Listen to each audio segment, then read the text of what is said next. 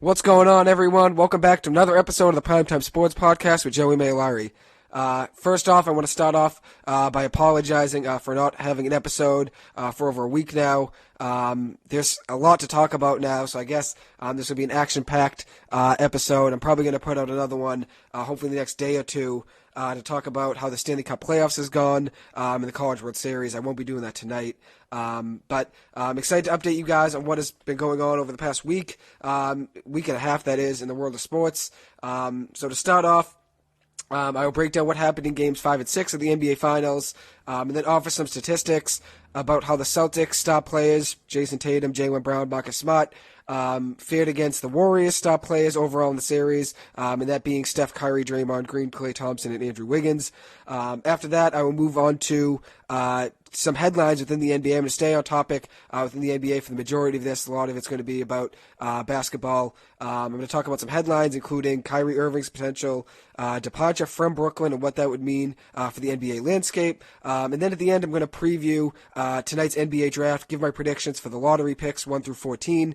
For tonight's draft, and then also highlight some guys I think that will be available and that the Celtics and Clippers, as you guys know, I like the Clippers as well, who the Clippers and Celtics should keep their eye on for their second-round pick, since both teams do not have a first-round pick in this year's draft.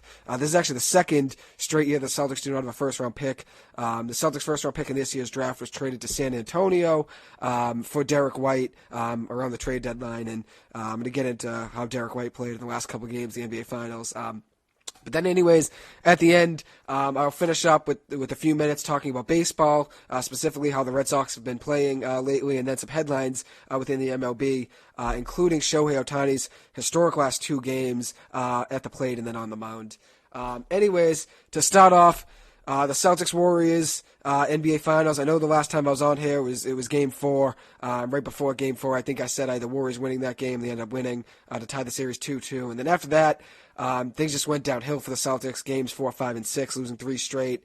The Warriors ended up winning their 4th ring in the last 8 years. They defeated the Celtics in 6 games, which was my original prediction. I did have Golden State winning at 6, but it's still tough to see. I always come on here and give my honest opinions, and I saw Golden State being the better team and winning at 6 games. But of course, I was rooting for the Celtics, so it's tough to see the Celtics go down.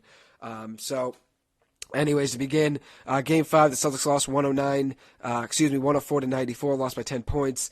It was a weird game. The Warriors actually missed 14 straight threes at one point after the Celtics missed their first 12 threes. The Celtics started the game 0 of 12 from 3, and then ended up going on a run. The Celtics hit 8 straight threes in the start of the second half and took the lead. In the Warriors, over that stretch when the Celtics, hit 8 straight threes, the Warriors missed 14 threes around that stretch. And the Celtics went on a 19-4 run. And then the Celtics went cold again. Only 5 points in the first 8 minutes and 30 seconds of the fourth quarter for Boston. Tatum was brutal, missing free throws left and right. Mid-range jumpers weren't falling. He was frustrated, clearly. He did not have a good NBA Finals at all, which I'm going to break down when I talk about how things went overall for both teams. But this all came on a Steph Curry off night. Steph Curry's played in 132 up until Game 5, played in 132 career playoff games, and hit a three-pointer in every single one of them. And the funny thing actually is I was doing some research before Game 4, and I was looking at Steph Curry's career game logs in the NBA Finals, in NBA playoffs in general, and I saw he's never not had a 3 in an NBA playoff game, and I highlighted that actually in my notes. I didn't talk about it, though, within my last episode, but I guess I cursed him kind of like I cursed the LA Angels. I had the Angels, being in the World Series against the Dodgers. That was my prediction on, I believe it was May 23rd or May 24th, and then they ended up losing 14 straight games. So I guess I'm not the best good luck charm for some teams. But anyway, Steph Curry, sorry, he's never not had an NBA game in the playoffs without hitting a 3, and lo and behold, Game 5 was that night. He did not hit a three-pointer. His first game since November 2018, actually, in general, that he didn't hit a 3 in a game. And that was his 133rd playoff game. So it took him 132 playoff games. Before Game 5, he hit a 3 in every one, and took until his 133rd playoff game to not hit a three-pointer. So that just shows how dominant of a shooter he is. He doesn't really have many off nights, especially if the last time he didn't have a game where he hit a three was when I was a senior in high school in November 2018. It's actually nuts. But anyway, Steph did not have a good game in Game 5. Was 7 of 22 from the floor, 16 points, 0 of 9 from 3.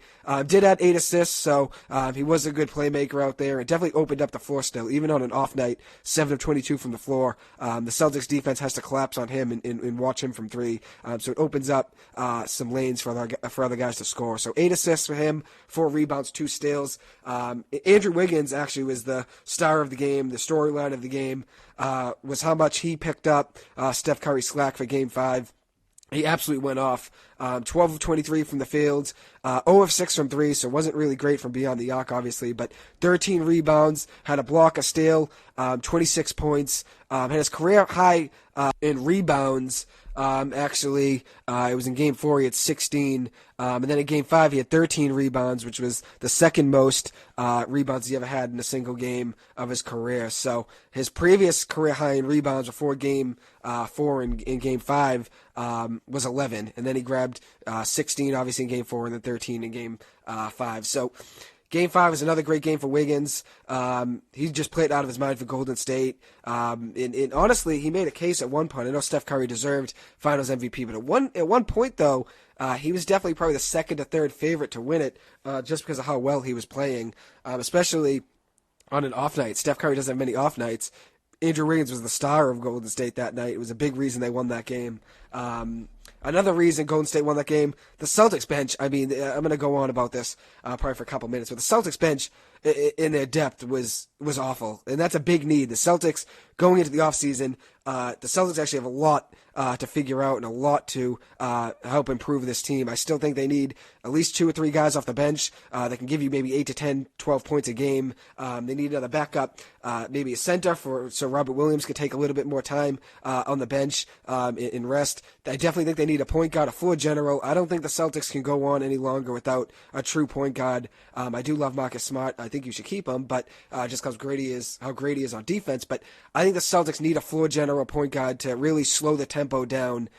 With the Celtics and their turnovers, they need a point guard that they can depend on to bring up the ball, slow the offense down, calm everyone down, kind of like a Chris Paul. You're not going to get Chris Paul, obviously, but maybe a guy like Mike Conley that can come over and try to help out. Maybe Ricky Rubio, something like that. I think the Celtics really could benefit from a true point guard, especially since the Celtics do not have one. I mean, they really could use one to slow the tempo down. And that's the thing. The Celtics bench, their depth was awful. The Celtics had 10 bench points in Game 5. And 6 of those 10 bench points came in the last minute of the game. And 3 of them came from Aaron Nesmith. I think he had a layup or 3 free throws it was. And then Luke Cornett added a 3 as well off the bench with a minute to go. But that's just not enough. Kind of seemed like everyone just gave up in that last minute anyways. So the 6 points from those 2 really don't matter too much. From those 2 guys, if you want to count and say they had 10 bench points, go ahead. But 6 of them came from the last minute of the game in garbage time when Golden State gave up. So the Celtics legitimately had 4 bench points, and Golden State had 31.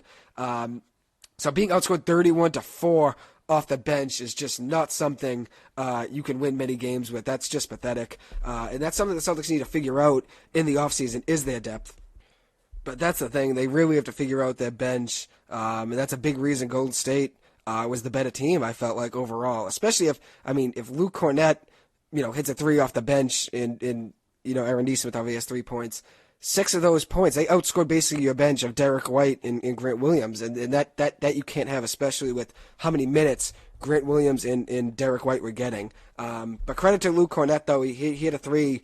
He had more 3s in Game 5 than Steph Curry, so I guess that's a stat he'll have for the rest of his career to boast about. But anyways, though, Derek White was awful in Game 5. 0 of 4 from the floor, 0 of 3 from 3, 1 point, 3 assists, had a steal, and then Grant Williams, another awful game off the bench, 3 points off 1 of 2 shooting, 3 rebounds, an assist, 2 blocks. And the reason why I say awful games, these guys, averaging 8 to 10 points a game in every other series, and then they just come up flat in Games 5 and 6 in the NBA Finals. And the Celtics really had to run a 5-man rotation essentially in Game 6, which I'm going to get into, but they really just had no help off the bench.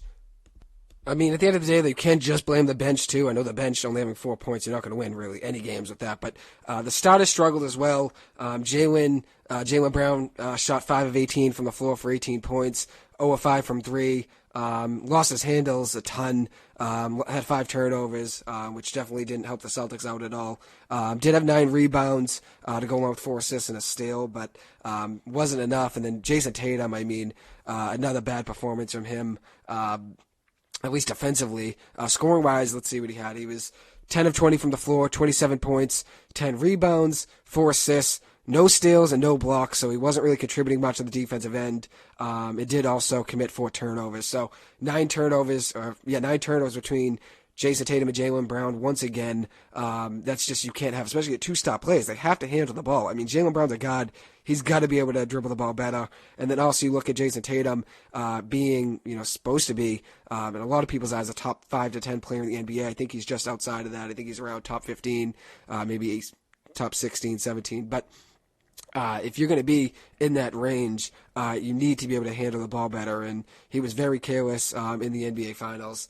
And no steals and no blocks. I know he's contributing on the defensive end a little more in this playoffs, but none in Game 5 did not help the Celtics. And then in the fourth quarter, that was another struggling point for the Celtics. Just as they're inching closer, they shot 4 of 15 in the fourth, and the Warriors were 12 of 24 from the floor. So the Warriors were just better finishers than the Celtics. I think that's one thing that you can see now after the series. You can see the Warriors were better in closer games, closing games. They were also just better, more experience, obviously, but I feel like they were the better team as well because they had better depth. Even though they didn't play that many guys, they typically played 7, 8, 9 guys a game maybe. But I mean, if you could imagine how good this team could be, you could only imagine how good this team could be if they played, Jonathan Kuminga and Moses Moody, if they, trusted those two to get, more minutes, more important minutes. I mean, this team would be right up there, especially if James Wiseman was healthy. I mean, they'd have the most depth in the league, right up there with the Clippers. I still think the Clippers have the most depth, which I'll get into at the end. But anyways, the Warriors were just better finishers than the Celtics. And the Warriors didn't shoot well at all in Game 5. They were really cold, actually. Obviously, Steph going 0 of 9 from 3 doesn't help, but they shot 22.5% from 3. The Celtics actually shot fairly well from 3, 34.4%, so better than the Warriors by just about 12%. The Celtics dominated the glass again in this game, out-rebounded the Warriors 47-39, but they only added 2 steals and 2 blocks. The Warriors had 9 steals. And the Celtics starters only had 1 steal, and Jaylen Brown had that steal, and no blocks. So the Celtics defense, especially from their starters in general, honestly, wasn't great at all. And Robert Williams actually finished the game with the only positive plus-minus on the Celtics. He was 10 points off 4 or 5 shooting with 8 rebounds. But he was the only Celtic that played quality minutes and had a positive plus-minus, which just shows how ineffective a lot of the Celtics players were in Game 5. And honestly, I felt like the Warriors just had better depth since they had guys come off the bench that were just putting up numbers offensively that typically don't put up any stats on the offensive end, and that's Gary Payton, who isn't a scorer by any means, but he had 15 off the bench in Game 5 off 6 of 8 shooting, 5 rebounds, 3 steals. And as I said, Gary Payton II is not going to be scoring many points. But in the NBA Finals, he came up big in a big moment, and honestly was a big reason the Warriors won games 5 and 6, just because of how much he contributed off the bench. And that comes from a guy that I believe is a G League player. So he really made his way up. So I'm happy to see him, show that his grind was all well worth it. Winning an NBA Finals, coming from the G League, when all the odds are against you, that's just great. And obviously I'm a Celtics fan, so I'm rooting for the Celtics, but I like seeing some of those stories like that where a guy comes up from the G League never really having a shot. I think he was actually cut by the Warriors this season, Steve Kerr said, in that I think the GM said to Gary Payton II, like, hey, you're going to be cut. And then Gary Payton said, can I still come in and work out tomorrow? And, the GM found a way to keep him around in Golden State. But shows he's got a good work ethic and tries hard. Especially, 15 points off the bench. He's not really a scorer off 6 of 8 shooting. That was great. So, Anyways, so besides Gary Payton II, Klay Thompson actually had a good game in Game 5. 7 of 14 from the field to go along with 5 of 11 shooting from 3. So 5 threes. At least he contributed a solid amount on the offensive end. 21 points, 2 steals. So he definitely made a difference out there. And then obviously, the Celtics kind of just shot themselves in the foot with the amount of turnovers they committed every single game in the NBA Finals. And another thing is the Celtics couldn't shoot free throws. I mean, besides turning the ball over, you're not going to win games if you can't shoot free throws and you're turning the ball over. And let's see, the Celtics were 21 of 31, which is 67.7% from the free throw line in Game 5. Golden State was 13 of 15, 86.7%. And then you look at the turnovers. That's another story. The Warriors had 22 points off the Celtics' 18 turnovers, so that's a big margin right there. And the Warriors actually, which just comes from ESPN, through Game 5, the Warriors had 103 points off turnovers, which was the most by any team in the NBA Finals ever through the first 5 games since 1992. So that's just crazy. It just shows how much the Celtics struggled handling the ball, and that's why I think they need a true point guard, a floor general that's going to calm the team down in big moments when they're just so prone to turning the ball over. Tatum dribbling it off his knee, Jaylen Brown losing his handles, trying to do a crossover. The Celtics need a true point guard, and I think it really showed in the NBA Finals how important that is. Anyways, another storyline was the paint. The Warriors obviously were out-rebounded by the Celtics, but they dominated in the paint. 50 points to the Celtics 36, so that's a 14-point margin there. They actually handed the Celtics their first back-to-back loss since March 28th and March 30th in the regular season. And then their first time losing back-to-back games with Jayson Tatum in the lineup was January 19th and January 21st. So all of that added up to a big Golden State win. And then in Game 6 at Boston, the Celtics needed to force a Game 7 and win at home at the TD Garden and came up short, losing 103-90. In Game 6, once again, the turnover woes for the Celtics was a big storyline. 22 turnovers for the Celtics. Golden State did have 15, so they weren't handling the ball too efficiently themselves, but they did force 22 turnovers of the Celtics. Or should I say the Celtics force themselves to turn the ball over 22 times. Since a lot of the Celtics turnovers are just so careless. Jayson Tatum will just hand the ball away, it seems like, at times. Seems like he just doesn't care a lot of the time. He'll turn the ball over 3 times out of 5 possessions. It won't make a difference to him at times. That's what it looks like, especially in the NBA Finals. I mean, the Celtics were getting out-hustled. Golden State obviously had more juice. They have more playoff experience, more NBA Finals experience, but that's not an excuse. Anyways, the Celtics bench, once again, another storyline. The Celtics only had 5 points off the bench after essentially having 4 points off the bench in Game 5. Since I don't really consider the Luke Cornett 3 and the Aaron Nesmith 3 points in the last minute of the game really bench points. I mean, if you want to say the Celtics had 10 points off the bench in Game 5 and then only 5 points in Game 6. The way I see it was the Celtics had 4 points off the bench in Game 5 and 5 points off the bench in Game 6. And that's just a huge differential between what the Warriors were giving off the bench. Jordan Poole in Game 6 was 5 of 12 from the floor, 15 points. His Game 6 point total of 15 points was more than the Celtics had off the bench in Games 5 and 6.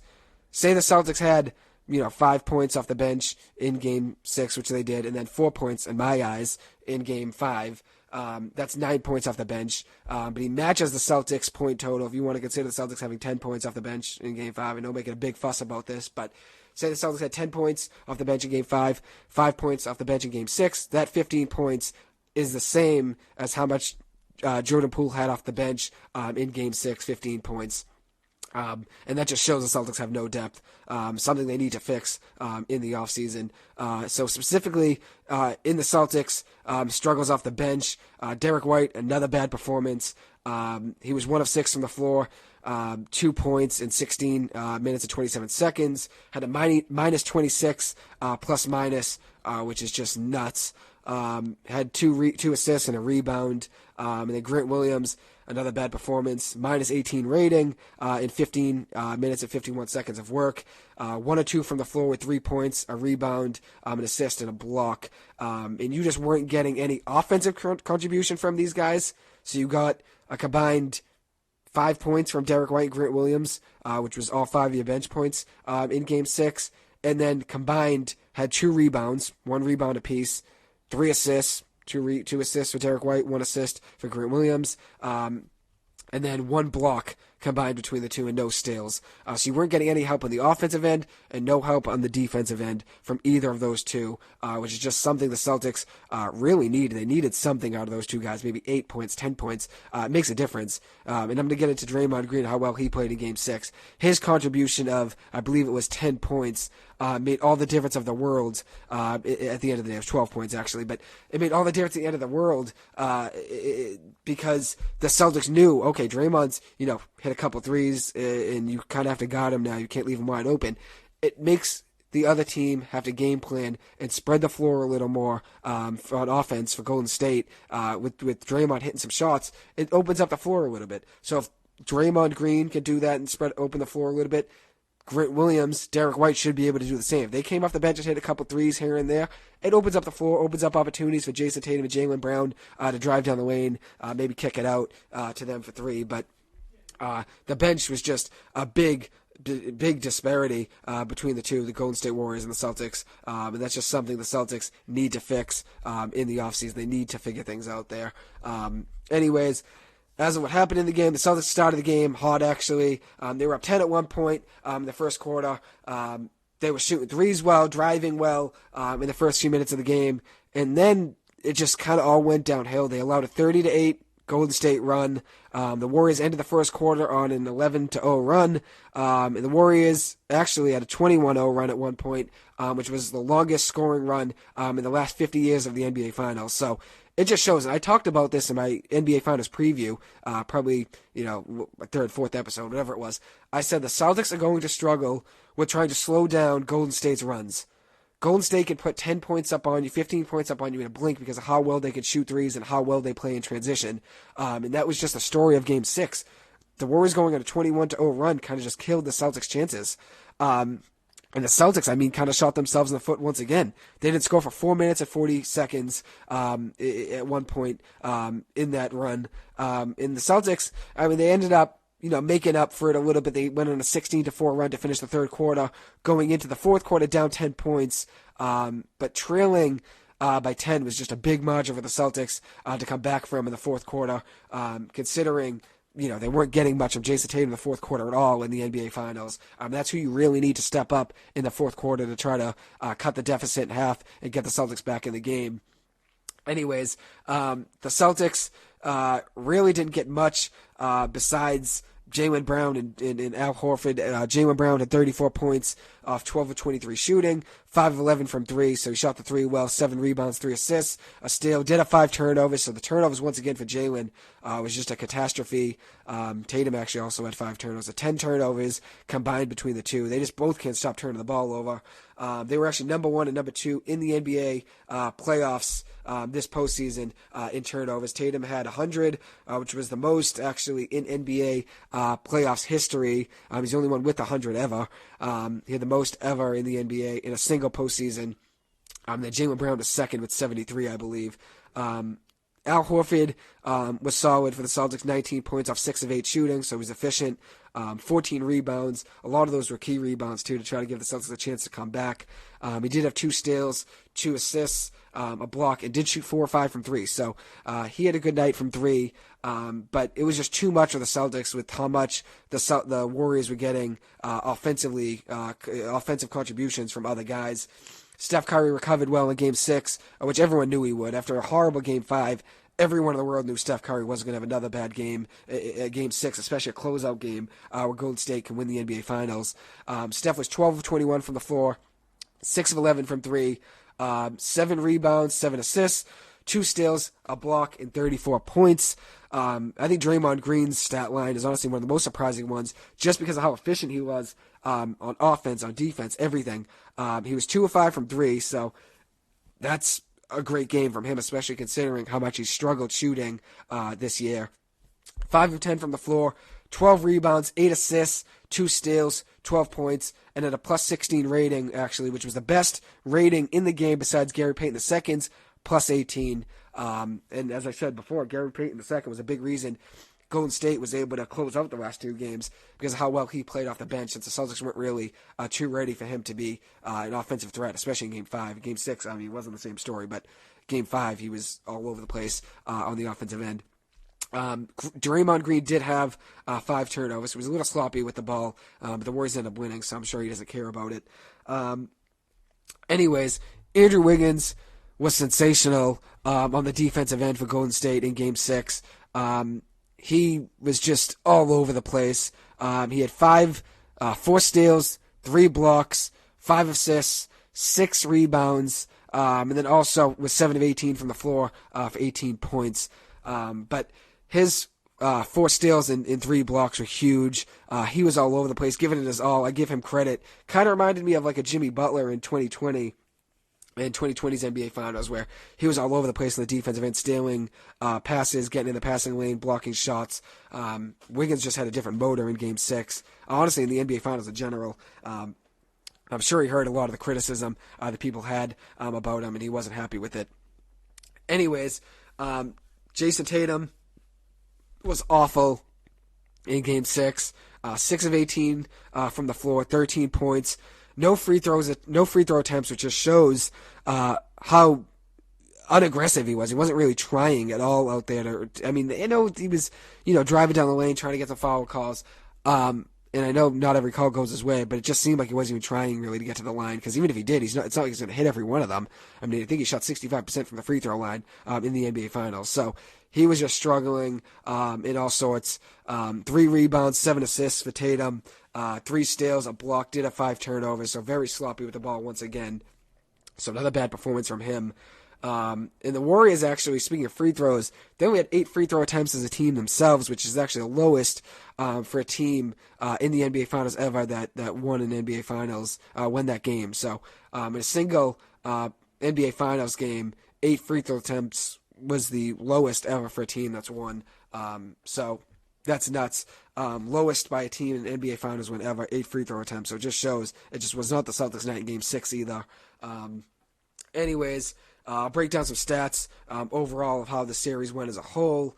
Jayson Tatum shot, and this, as I said, Andrew Wiggins was all over the place in the defensive end in the NBA Finals as a whole.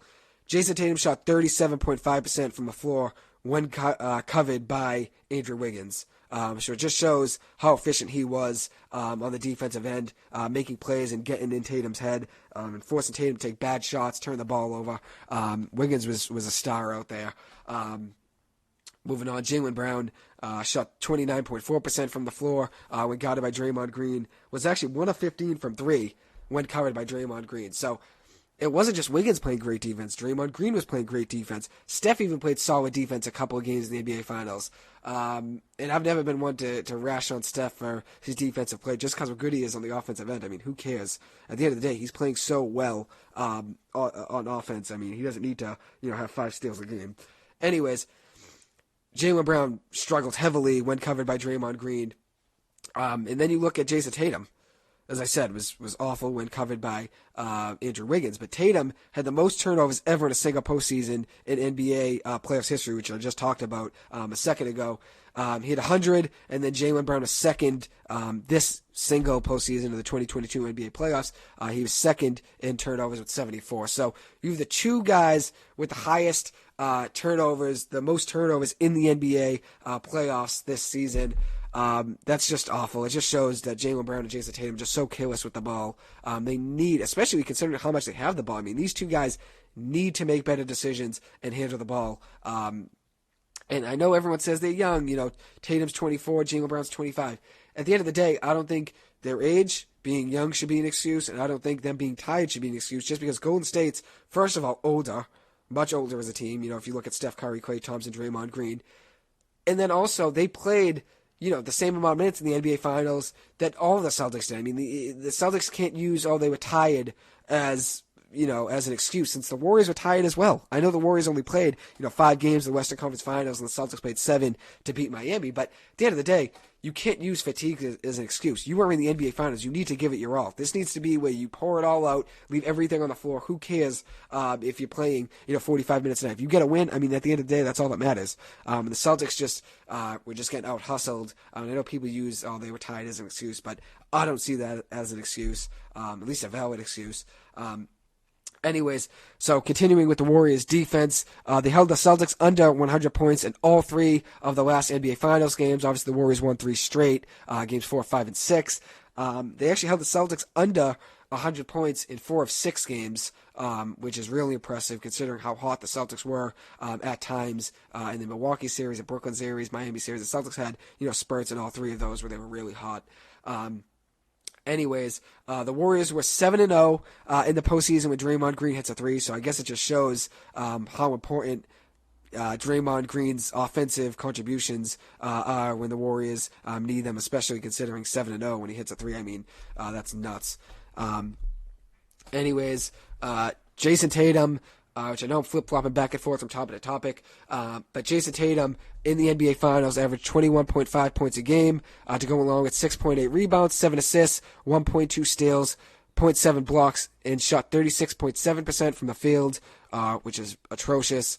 65.6% from the free throw line. He was 21 of 32 on free throws, which needs to be better. I mean, come on, they're free throws. You got to hit them. And I feel like he didn't get much criticism for how bad he shot free throws. 21 of 32. I mean, everyone talks about the turnovers, which was awful as well. But, I mean, he was 65.6% from the free throw, and you need to be better there. He did shoot 45.5% from threes, so he's better shooting threes than he was field goals in general. 36.7% from the field is awful. He did commit 23 turnovers in the NBA Finals. Did post a 7 field goals made per 20.3 field goal attempt average in the NBA Finals. So he wasn't shooting well from the floor, really in general. Threes, I guess he was shooting, well from 45.5%.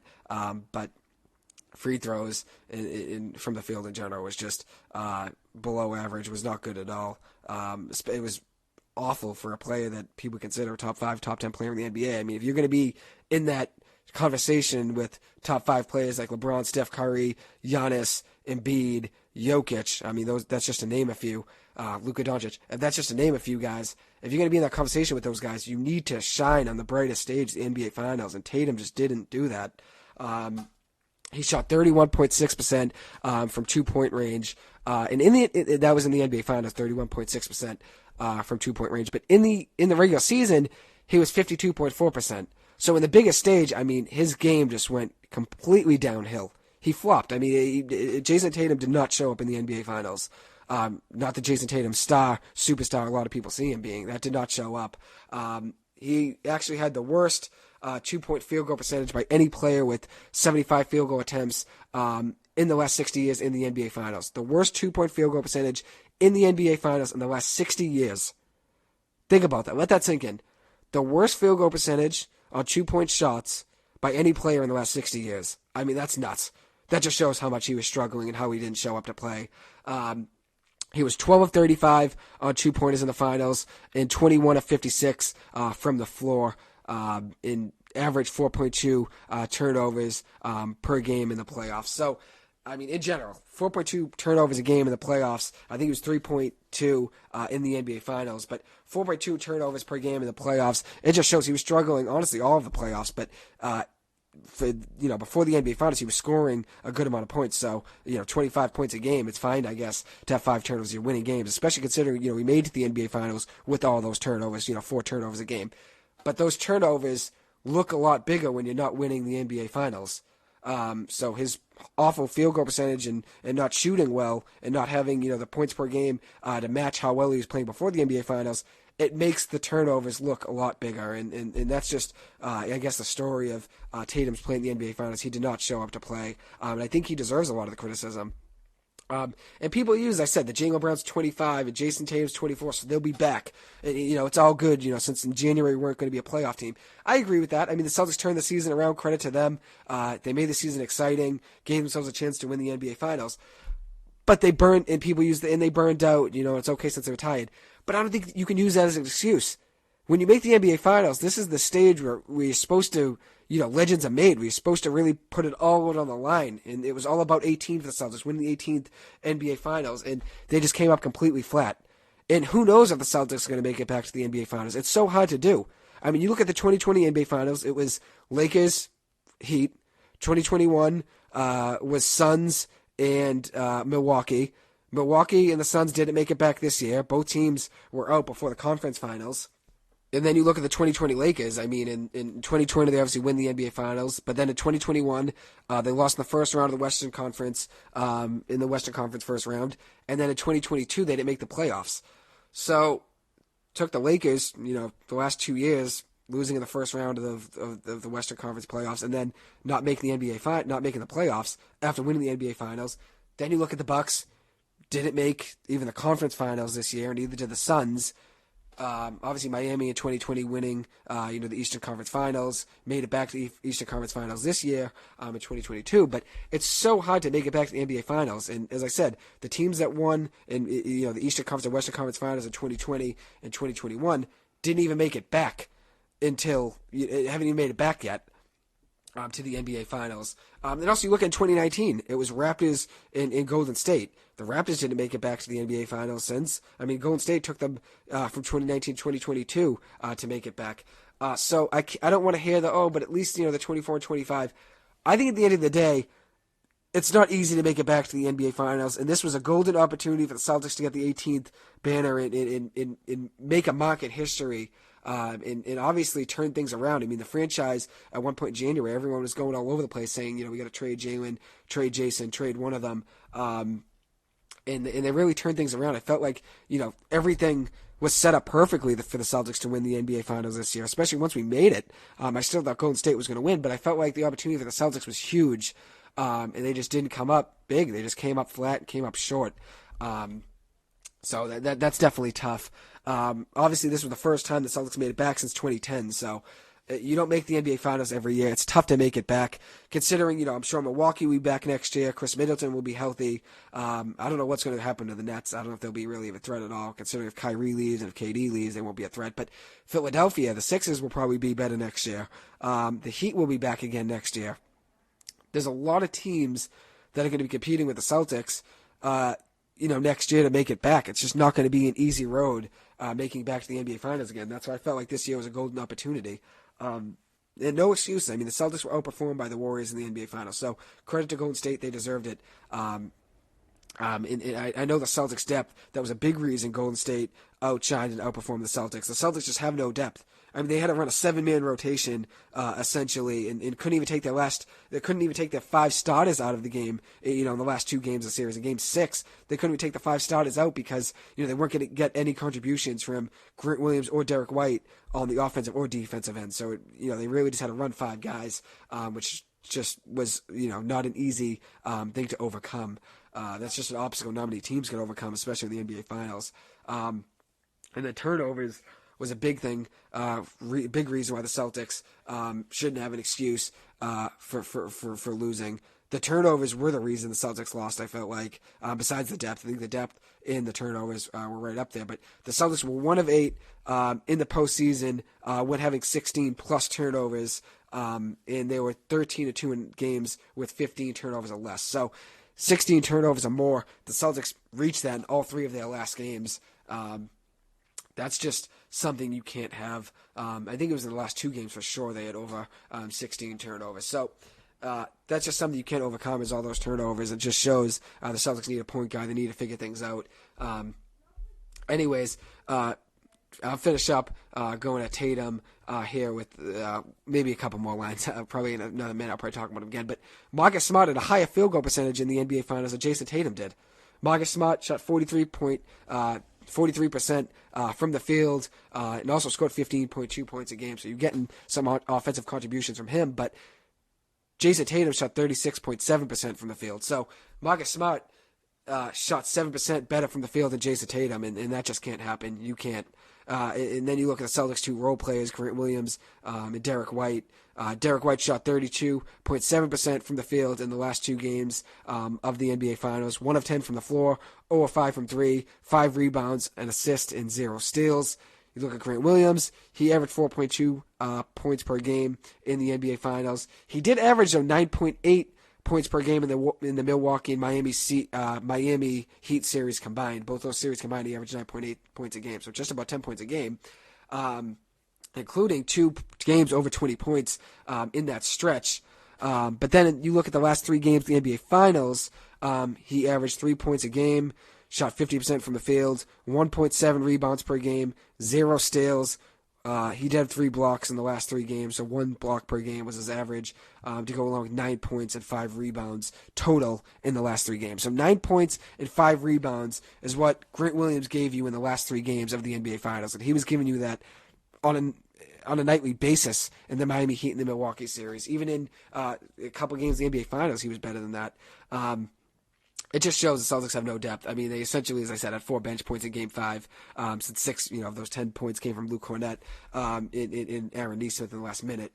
So only 4 bench points in Game 6, and then 5 bench points in Game 5, and then 5 bench points in Game 6. So it's just nuts. I'll give the Celtics the edge and say they had 10 bench points, since they legitimately did, but I don't really count garbage time. But they had 10 bench points in Game 5 and then 5 bench points in Game 6. So 15 bench points in the last 2 games. And 2 of those main role players, Grant Williams and Derek White, just did not show up for the Celtics in those last 2 games. That's a big reason their bench was just awful. And that's the reason the Celtics had to run a 5-man rotation. That's the reason Jayson Tatum, Robert Williams, Jaylen Brown, Marcus Smart, Al Horford all ran out of gas, because they had to play 35, 40 minutes just to try to keep up and try to keep the Celtics in the game.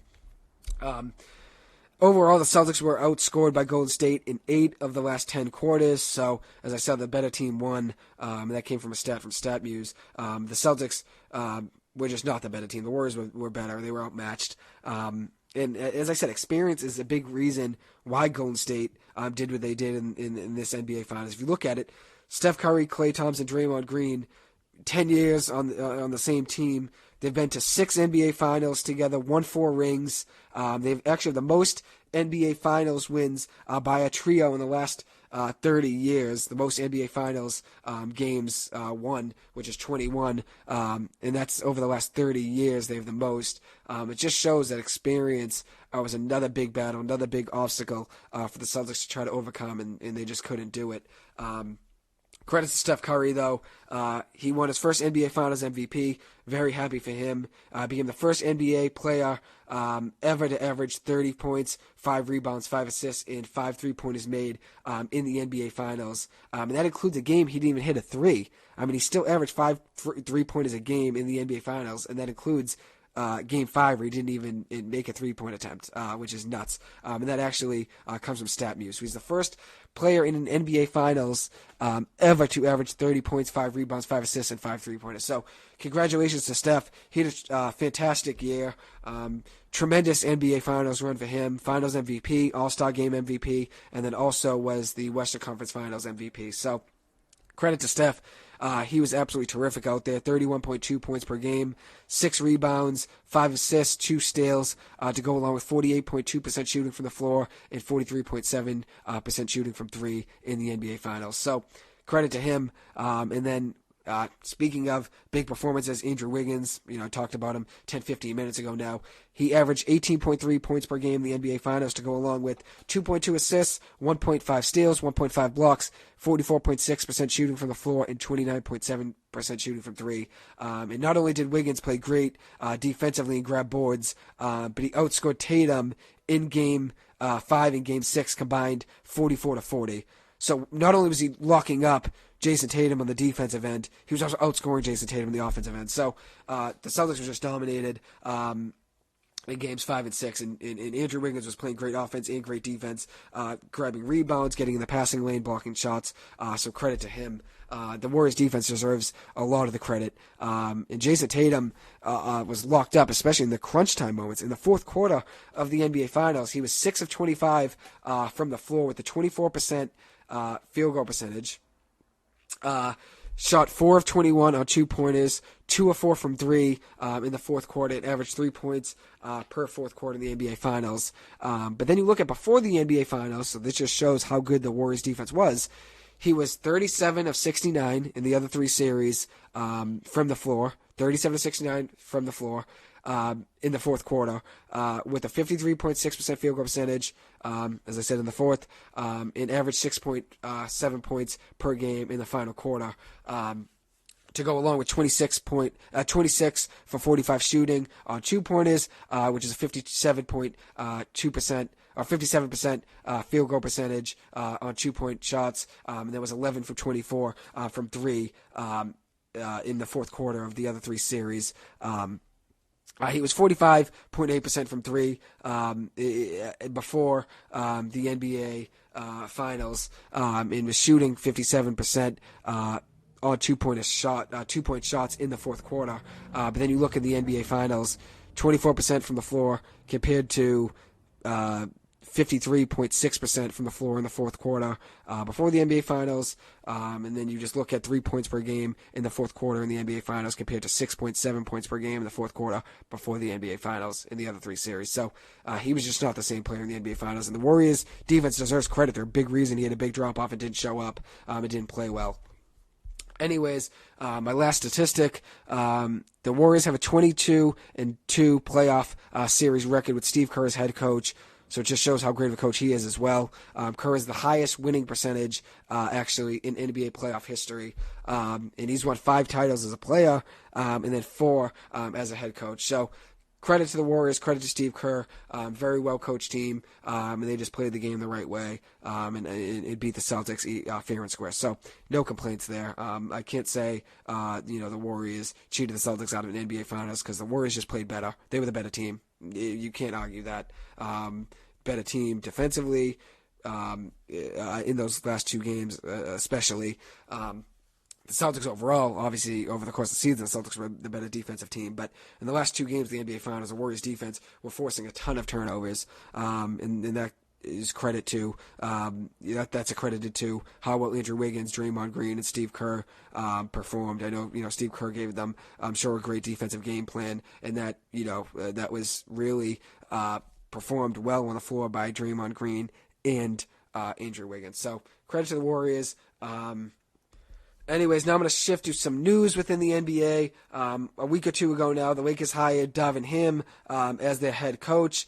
He played 9 years in the NBA with 6 teams from 1996 to 2005. He actually won as an assistant coach with the Milwaukee Bucks staff last year. So he's an NBA champion as an assistant coach. And then also won as a player in 2004 with the Detroit Pistons back in the heyday of Rip Hamilton and Chauncey Billups. Ham was a seldom used bench player back then, but still an NBA champ nevertheless.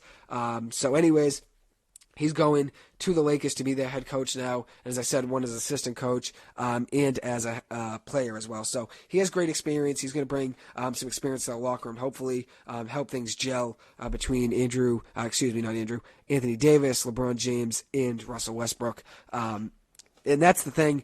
He was already an assistant coach with the Lakers from 2011 to 2013, so he was there when Kobe was there. So he's bringing some experience there, and hopefully gets the Lakers back on track, especially since Frank Vogel just couldn't do it.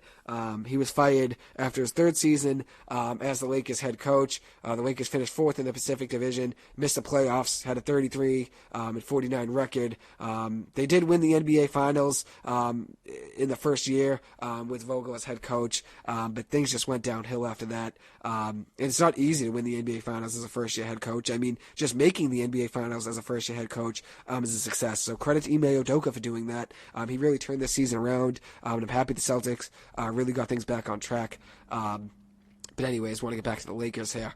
Vogel just didn't work out. So Ham, hopefully, will get things back on track for LeBron, since I'm a big LeBron fan. And I'm a big Russell Westbrook fan as well. And Ham said about Russell Westbrook, don't get it messed up. Russ is still one of the best players in our league. Is still one of the best players our league has ever seen. And there is still a ton left in the tank. So I don't know why people tend to write him off. And I agree with him. Russ is a guy that grew up in L.A., Long Beach, California, representing his hometown and trying to contend for a title for the Lakers is his goal. And it's not Russ's fault, for how much the Lakers underperformed this year. Russ wants to win more than any player on the Lakers wants to win, probably just under LeBron. So I'm sure LeBron wants to win the most. I think Russ is probably second on the team that wants to win. I think Russ still has a lot left in the tank. I agree with Darvin Ham there. That's why I want to talk about this, because I feel like Russell Westbrook is criticized when he shows up every single game. I agree with Darvin Ham. There's still a lot left in the tank. I think Russell Westbrook has been written off for no reason. I think, he has his turnovers and has his missed shots, but that's always been Russ. He's always been that type of player. He hasn't really changed. And one thing about Russ that hasn't changed is that he gives it his all every single game. Look at the Lakers. Anthony Davis missed 42 games out of 82 games this past season, so missed more than half the season. Also said in Instagram Live a few weeks ago that he hasn't shot a basketball since April 5th. Russell Westbrook shows up night in and night out, even if he's not putting up, the MVP numbers that he put up in Oklahoma City, or the numbers he put up in Houston and in Washington before getting to the Lakers. He still is giving it his all every single night. Look at LeBron James. He missed 26 games this past year. Russell Westbrook did average 18.5 points a game to go along with 7 assists and 7 rebounds per game. And I know people will criticize Russ just because he's an easy target to pick on and, he's not putting up 25 points a game. But look, the fact of the matter is this. He shows up on a nightly basis. And I think if things do get figured out there, if Darvin Ham gets Russell Westbrook back on track and gets the Lakers back on track as a team as a whole and gets them to gel, the sky's the limit for this team considering how much talent they have. I know their depth on their bench isn't elite, and I'm sure they're going to try to address that this offseason. But if you look at Russell Westbrook, Anthony Davis, LeBron James, how good those players have been over their NBA careers, they should make the NBA playoffs. They shouldn't have an excuse. And their excuse right now is Russell Westbrook and injuries. I think it should just be injuries. I don't think Russell Westbrook's the reason the Lakers didn't make the NBA playoffs. And look online at all the memes from this season. Every time Russ had a bad shot, it was televised and broadcasted all over social media and ESPN. But what about Jayson Tatum? What about the bricks he had, and all the sidestep fadeaway threes off the glass on the side of the rim that he's missed in the NBA playoffs, in the NBA finals, how bad he performed? Or when Luka or Trae Young or Steph Curry airball a three. Those things aren't broadcasted and put, on Twitter and on Instagram. But every single bad Russell Westbrook shot felt like it was broadcast every single play, every bad play he had. The criticism Russ got this year was unwarranted, in my opinion, considering even if he played to the best of his ability, this Lakers team wasn't going anywhere with Anthony Davis and LeBron James on the bench. Without Anthony Davis and LeBron healthy, those two guys not being healthy, this Lakers team wasn't going anywhere. So I don't think you can blame Russell Westbrook. And people talk about his turnovers. All right, let's get into the facts. I did a lot of research here. Russell Westbrook averaged his lowest turnover per game number since 2013-2014, since the 2013-2014 season, with 3.8 turnovers per game. He averaged a turnover less per game, 1 turnover less per game than he did in any of the last 8 seasons. Also, is a career 43.8% shooter from the floor, and was a 44.4% shooter from the floor this season, which is above his career average. Actually improved his career field goal percentage this season, and also went down a turnover per game than he had in any of the last 8 NBA seasons. Improved his career field goal percentage by 1/10 this year. So how well he shot this year obviously wasn't, his best season, but he shot well enough to improve his career field goal percentage from 43.7 to 43.8%. So it's just, I feel like, I know, he's an easy target, but I just feel like he shouldn't be picked on. And I know his points per game, rebounds, and assists were down this year and weren't what, Russ typically is. But the main thing is that Russ is criticized on a nightly basis, online, social media, ESPN, for his turnovers and all his shots that are offline and all his shots that, are off the backboard and stuff like that. But the Lakers knew what they were getting with Russell Westbrook. Let's go back really quick to Russell Westbrook's MVP season, 2016-2017 NBA season, his MVP year. He averaged 42.5% shooting from the floor and had 5.4 turnovers per game. This year, he was at 44.4% shooting and was down to 3.8 turnovers per game. I know he averaged 31.6 points per game in his MVP year, and that season was just historic, so I know it isn't the easiest comparison. I'm not making an easy comparison right now at all. But still, his turnovers per game and his poor shots were all that was talked about this year. But both of those numbers, his field goal percentage and his field goal percentage went up compared to what he did in his MVP year. So he had a better field goal percentage this year than he did in his MVP year, and had a lower turnover per game ratio by almost 2 turnovers per game less this year than he did in his MVP year. And I know it's different. I know he scored 31.6 points per game, so it's very hard to make this comparison. But he did have a better field goal percentage and a better turnover per game ratio than he did in his MVP season. So I feel like that's something that's just not talked about. And he was better this season than he was in his career average in both of those categories, turnovers per game and field goal percentage. No one's going to go in depth about this research, all these stats that I looked up and all these things I compared, because no one cares about Russ. Everyone just wants to pick on him, says he's an easy target. But I care about Russ a lot. I'm a big fan of him. That's why I went in depth. I did a ton of this research and reading just to be able to defend him. I feel like that's just something no one does. And one thing you cannot take away from Russ, and that I love about him, is, and you can't talk down upon him for, is his drive and his hustle. Every game, every single night that Russell Westbrook is healthy, he's going to suit up and give you everything he has. He'll suit up, lace his shoes, and you're going to get everything he has in the tank. And that's the thing. I know people are going to criticize him for his poor shots and his turnovers, but the fact of the matter is, he gives you everything he's got every single night. He is not the reason the Lakers weren't in the playoffs this year. He wasn't. Talk about LeBron James missing games and Anthony Davis missing more than half the season. That's more of a reason in my eyes. Speaking of LeBron James, Darvin Ham said that he talked to LeBron in his first day in the gym, and that LeBron wanted to start training camp the next day, is what he told him. So LeBron, I can't criticize him, besides obviously he was injured, but I can't criticize him for how well he played on the floor when he was healthy. He averaged 30 points, 8 rebounds, and 6 assists this season, and he really turned back the hands of time. 37 years old, and putting up those numbers is just nuts. And in my eyes, he's the greatest of all time. So credit to LeBron for how great a season he had. But hopefully things get back on track this year with the Lakers, with Darvin Ham as a new head coach. Next, want to move on to Kyrie Irving. All the speculation going on around him. He has 1 year left on his deal, and he could potentially opt into free agency or do a sign and trade with the Nets and get traded somewhere. It seems like he could be.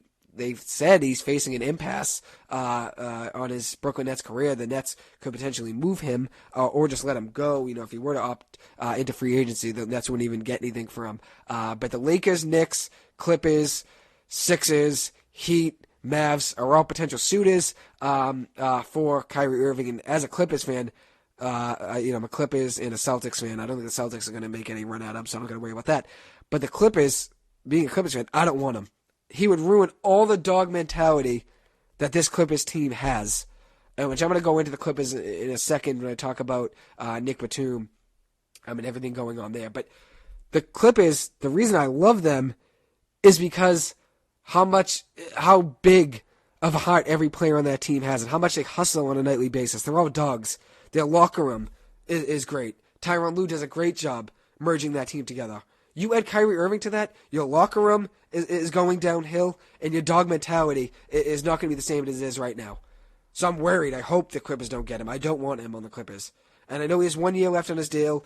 It's worth a cap hit of $37 million for this upcoming season. And so the Clippers don't really have that money anyways. So I'm not going to worry if it were to be a sign and trade. This Clippers would have to give up something. But I don't think the Clippers are going to make that move since they don't have that money, and I don't think they're going to really want to trade 2 or 3 really good, star key players, role players, to try to get Kyrie Irving. But it is a player option for Kyrie, so he has until June 30th to decide whether he wants to opt in or not, or be a free agent. And I think a lot of his leverage is that Kevin Durant could potentially pursue a trade, pursue being moved by the Brooklyn Nets if Kyrie Irving were to leave. So that gives Kyrie a lot of leverage in the situation. I'm definitely going to cover it the next week or so on the show, so we'll see what happens there. Next, Jerami Grant was traded yesterday from the Detroit Pistons to the Portland Trail Blazers for a 2025 first-round pick. Very consistent player, averaged 22.3 points per game in the 2021 NBA season, so 2 seasons ago now. 4.6 rebounds, 1.1 blocks per game to go along with 42.9% shooting and 35% shooting from 3. Compared to this season, the 2021-2022 NBA season, his points per game were down just about 3 points per game, 19.2 points per game, but everything else was consistent with what he was 2 seasons ago. 4.1 rebounds per game, 1 block per game, 42.6% shooting from the floor, and 35% from 3. So very consistent player.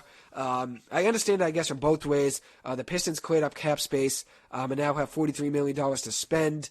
And now Portland obviously has another star to bring alongside Damian Lillard to try to fix things there in Portland. They also have the 7th pick to try to help aid Lillard and pair another player alongside him too. So it'll be interesting to see where they go. Next, moving on to Nic Batum. The forward of the LA Clippers declined his $3.3 million player option for this upcoming season. I'm not too worried. I think the Clippers are going to get a deal done with them. I know the Celtics, Warriors, the Heat, the Lakers, they're all pursuing him, but I'm not worried. I mean, he was posted yesterday on the Clippers Instagram, on the Clippers Instagram story in Clippers gear, practicing in the facility, and he even reshared it to his story himself. So I'm not too worried. I think he goes back to the Clippers. I'm confident they'll get a new deal, probably for a little more money. He deserves it, considering that he rejuvenated his career in LA.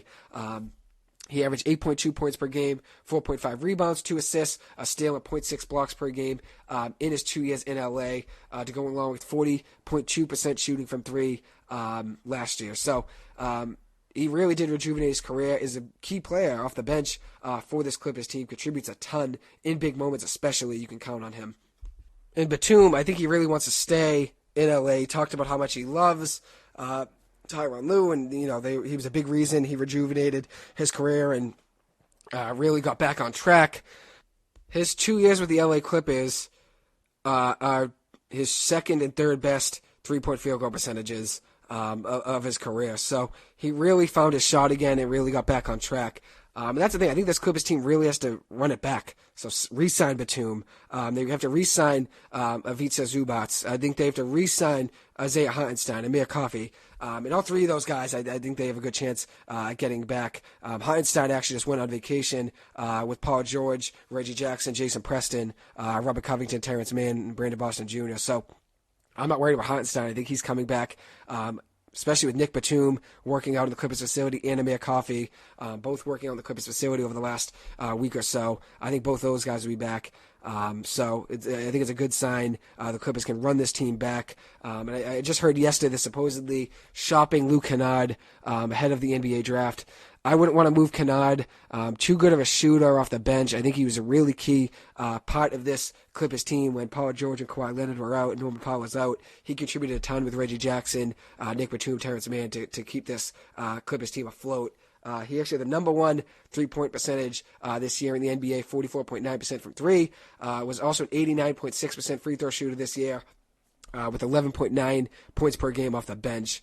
He's actually 5th among active shooters in 3-point percentage, which is nuts. So very good shooter. Hopefully the Clippers can keep him around, but I know obviously they're trying to improve the team any way they can. So I guess you can't be surprised if they were to move him. But for me, re-sign Hartenstein, re-sign Zubac, re-sign Coffey, re-sign Batum, keep Kennard, and don't get Kyrie Irving. That's my plan for the Clippers. That's all I want. Anyways, the NBA draft, moving on to that, which I think that's probably the last thing I'm going to talk about. I'll save the Red Sox in Shohei Ohtani for tomorrow. The NBA draft is tonight at 7:30 on ABC and ESPN for the first round. It'll be on ESPN for the second round.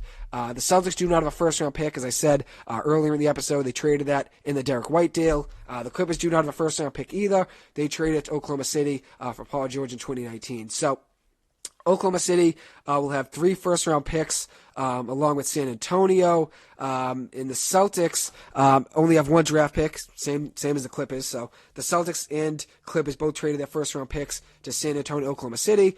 Both of those teams have 3 first-rounders now, San Antonio and Oklahoma City being those 2 teams. The Celtics only have 1 draft pick, same thing as the Clippers. The Celtics have a second-round pick, 53rd overall. The Clippers have a second-round pick, 43rd overall. So there'll only be actually 58 draft picks in this draft. And that's because 2 forfeitures.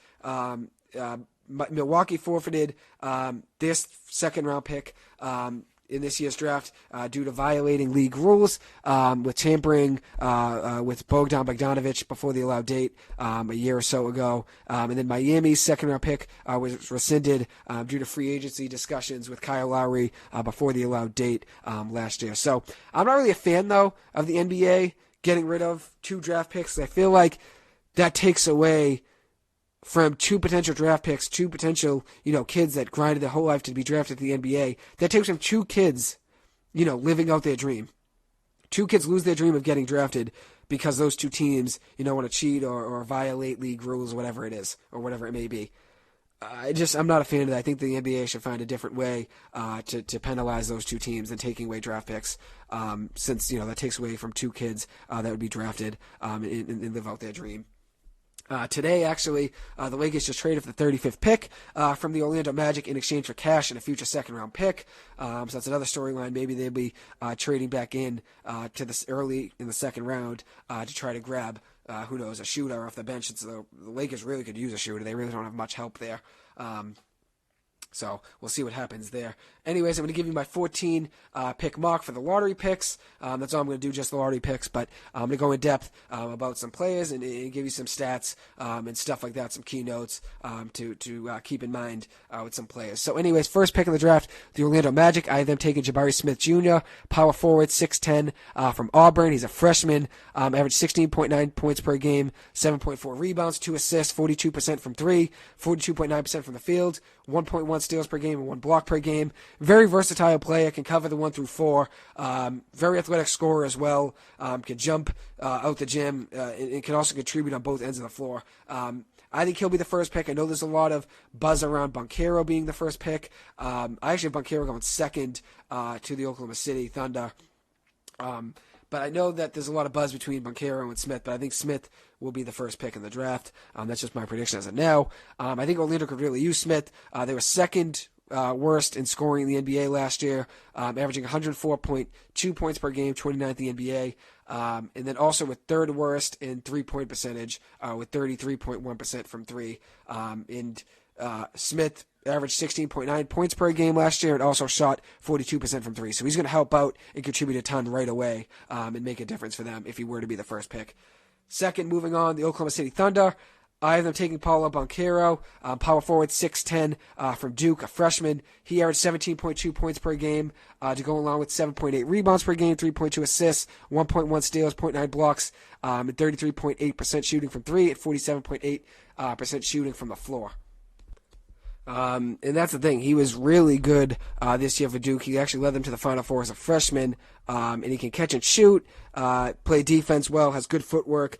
Could be a surprise number 1 pick to some. Obviously, could go number 1 to Orlando. I think he goes, could be a surprise number 2 as well, I guess, Oklahoma City, since a lot of people see Chet Holmgren as being the second pick to Oklahoma City. But I feel like Banchero is a better player. I really am not too big of a fan of Holmgren, and I think that Banchero potentially being the first pick of the draft means he could be valued by Oklahoma City as the first pick in their eyes, and they could take him at number 2. So I think he can help out a ton with Oklahoma State's needs. Oklahoma City's needs. Oklahoma City really needs shooting and scoring help. They were last in three-point percentage last year, shooting 32.3% from 3. And then also were last in field goal percentage last year, 43% from the floor. And were last in points per game, 103.7 points per game they averaged. And then also with third worst in assists per game, 22.2 assists per game. So they could definitely use help in just about every facet of the game. And I feel like Banchero definitely helps in the three-point percentage a little bit. Will help out at least a little there, but it'll definitely help out in the scoring, which they definitely need. Next, moving on, I have the Houston Rockets taking Chet Holmgren, a center, 7-foot center from Gonzaga. He's a freshman. He averaged 14.1 points per game to go along with 9.9 rebounds per game, 1.9 assists, 39% shooting from 3, 60.7 field goal percentage, and 3.7 blocks per game.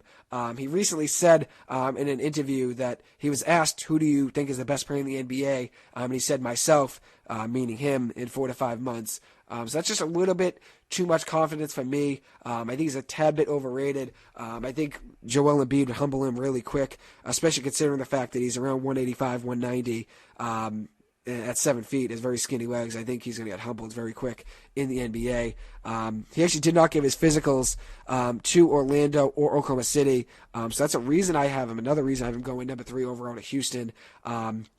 With him being under 200 pounds, though, he doesn't have a great build. And he faded also in the NCAA tournament. So I know his measurables weight-wise isn't and muscle-wise isn't great, but he also faded a little bit in the NCAA tournament. Shot 12.5% from 3-point range in March Madness. Was also a 40% free throw shooter in March Madness. He averaged 13 points a game to go along with 13.3 rebounds. So his rebounding was up in March Madness, but 4.3 blocks per game as well. But the 40% from the free throw line to 12.5% from 3 was not helpful at all for Gonzaga. Obviously, that's a big reason they lost. He's a very good player, though, in transition. He could shoot the ball well, especially for a 7-footer. He's also a great rim protector. Can grab boards at will. As you saw in March Madness, 13.3 rebounds per game. But that's the thing. He definitely needs to get more muscle and get a stronger build. This year he averaged 39% from 3. As I said, 60.7% from the floor and then 3.7 blocks. So he can grab boards, shoot threes, and it helps space the floor. And Houston actually recently traded Christian Wood to the Dallas Mavericks to clear up their front court. Christian Wood averaged 19.1 points per game and 9.9 rebounds per game in his last 2 years with Houston, so they're going to have to make up for that after moving him. Houston got actually Dallas sent Houston Boban Marjanovic, so a big man maybe help out some of their needs there. Marquise Chris, Trey Burke, and Sterling Brown, and also the number 26 pick. And then also a little bit more news within the Houston Rockets. John Wall just exercised his $47.4 million player option for this upcoming season. He actually did not play a game last season. In 2020, he played for the Rockets in 40 games, averaged 20.6 points per game, 6.9 rebounds, 6.9 assists per game, and 3.2 rebounds per game. 6.9 assists per game, and 3.2 rebounds per game.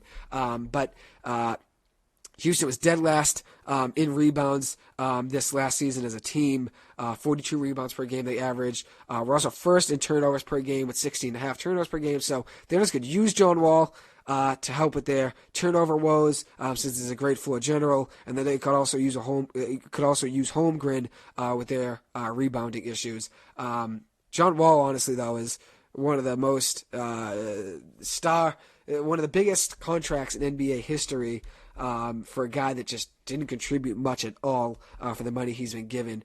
And I know he's a star player, don't get me wrong. I was just going to say, he's a star player when he plays, but in the last 3 seasons, he's only played 40 games and has received $123.7 million. Just absolutely nuts. That's just something to keep your mind on when you consider how much money he's paid and how little he plays, which is nuts. Anyways, 4th pick, I have the Sacramento Kings taking Keegan Murray, a power forward, 6'8", from Iowa. He's a sophomore. Solid defender, which the Kings really need. He had some size and versatility in that lineup.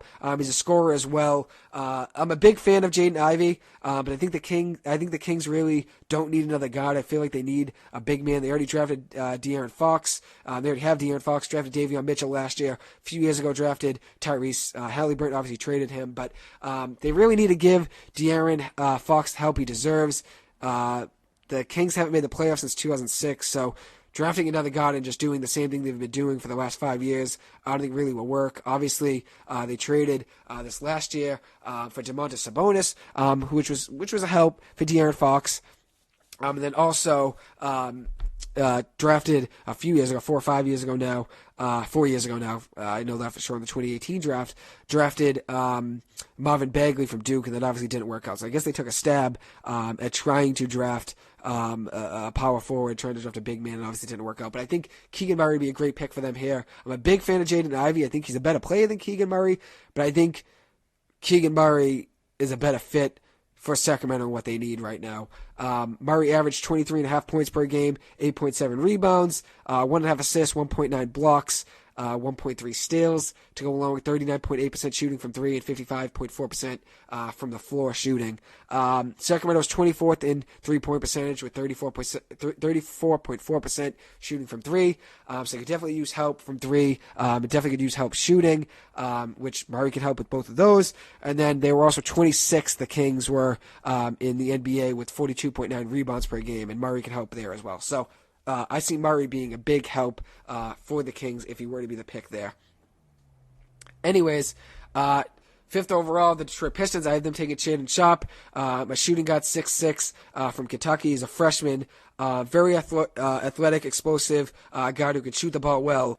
Sharpe actually didn't even play a game for the Wildcats at all. He actually declared for the NBA draft despite not ever stepping on the court in playing in a game for the Wildcats, which is nuts. He's probably the biggest mystery and question mark of the NBA draft, but he could also be the biggest steal if he ends up playing to the ability he could play. Obviously, he has no experience playing in college, so that's a downside. But I think if you pair him with Cade Cunningham, last year's number one overall pick, I think they could be a great tandem together. Sharpe was actually the number one recruit in the 2022 class before early enrolling at Kentucky. And as I said, never played for Kentucky, never stepped on the court for Kentucky. But he performed well in his workouts, and he could still be a top five or earlier player draft pick wise. Could obviously be top 10 too, but I see him going 5 to the Detroit Pistons. He could definitely help the Pistons with their shooting woes.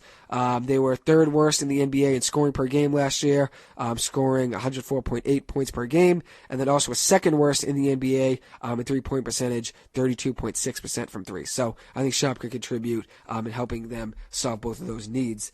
Sixth overall, which probably is my biggest steal of the draft, is Jaden Ivey, shooting guard / point guard, 6'4" from Purdue, sophomore, 17.3 points per game average this past season, 4.9 rebounds, 3.1 assists, shot 35.8% from three, solid scorer, jet speed, very similar player to Ja Morant, maybe not the same ability as Ja Morant, jumping and dunk-wise, but very similar player, definitely the best player available at this point. I think he could be the steal of the draft if he ends up going 6 to the Pacers. Very athletic, as I said, makes plays in transition. And Indiana is in desperate need of guards, as they are very likely to trade Malcolm Brogdon. And Ricky Rubio is also an unrestricted free agent coming off a torn ACL. So I think Ivy would be a great match with Tyrese Halliburton, who I just mentioned, the Kings drafted 2 years ago. They'd be a great 1-2 point guard, shooting guard, 1-2 punch. They also have Buddy Hield there as well. I think Ivy would be a huge addition to their backcourt, especially considering how well of a scorer he is. Indiana really needs that. They're 25th in the NBA last year in shooting from three, 34.4%. Ivy would be a huge help there, helping aid the three-point shooting issues. And then also, Indiana could use more help on defense. They were 26th in steals per game last year with 7.1 steals. And Ivy can help out a little on the defensive end. So we'll see what they do. I think he'd be a steal if he's there at 6. Moving on, the Portland Trailblazers, I have them taking Dyson Daniels, 6'7", 6'8", shooting guard from the G League Ignite. He's 19 years old, two-way player that can help stretch the floor on offense and on defense for Portland. He averaged 11.3 points per game, 5.9 rebounds per game, and 4.4 assists per game in the G League. Very unselfish player on offense, likes to pass the ball, looks really open player. Was not a great perimeter shooter this year, shooting 25% from three. But that could definitely improve. I feel like he could work on that in the NBA. Portland could definitely use his help on defense. Daniels has good length, very efficient defender. Portland was actually 27th in scoring per game, averaging 106.2 points per game this last year. And Damian Lillard being hurt, a majority of the season. He only played 29 games, did average 24 points per game in those 29 games. But Damian Lillard being hurt is a big reason they were 27th in scoring per game. But I think Dyson Daniels could help. Maybe if he's not putting up 15 points per game, he might be giving you 5-6 assists a night that can help make a difference, finding open guys and getting more points on the board. So I think he'd be a really good pick there for Portland. It would fit in their system very well. Anyways, at number 8, I have the New Orleans Pelicans taking Jeremy Sohan. This pick actually comes from the LA Lakers, part of the Anthony Davis deal. I'm taking Jerry Sohan, a power forward, 6'9", power forward from Baylor. He's a freshman. Very solid player on defense, can help out in transition. Good ball handling skills for big. Can catch an alley-oop as well. Very good lob threat. Good athleticism. He can finish well at the rim. He was actually the Big 12 Sixth Man of the Year award recipient. Can shoot and catch and shoot well outside the arc. Can dribble, drive. Which is hard to do for bigs at 6'9". So he'll stretch the floor heavily, and he can also play the 1 through 5. So he has deep versatility. It can fit anywhere in the Pelicans lineup. And the Pelicans already have a solid rotation already with guys like Brandon Ingram, Zion Williamson. Obviously, Williamson coming back from all his injuries, but C.J. McCollum as well. Sohan averaged 9.2 points per game, 6.4 rebounds per game, 1 point assists per game, 1.3 steals, and 0.7 blocks this last season for Baylor. Anyways, ninth pick, I have the San Antonio Spurs taking Benedict Mathurin, a 6'6 shooting guard from Arizona, a sophomore. The Spurs need help everywhere at every position, in my opinion, so I'm giving them a scorer, one of the best scorers in the Pac-12. He's the Pac-12 Player of the Year. Unreal shooting in transition threes, very hard to slow down in transition, which speed could definitely help San Antonio alongside DeJounte Murray. Mathurin can go anywhere between the 5th pick and the 10th pick, in my opinion. He averaged 17.7 points per game, 5.6 rebounds, 2.5 assists, 36.9% shooting from 3, and 45% shooting from the floor this past season. He's very athletic and will help stretch the floor for San Antonio if he were to be the pick because of how well he shoots and how big he is, too. He's 6'6", can help stretch the floor. I think he's a very safe pick at number 9 for San Antonio. And considering San Antonio was 8th in scoring per game last year at 113.2 points per game, I think he's going to make them even better. So Mathurin is my pick at number 9. Number 10, I have the Washington Wizards taking Jalen Duren, a 6'11 center from Memphis. He's a freshman.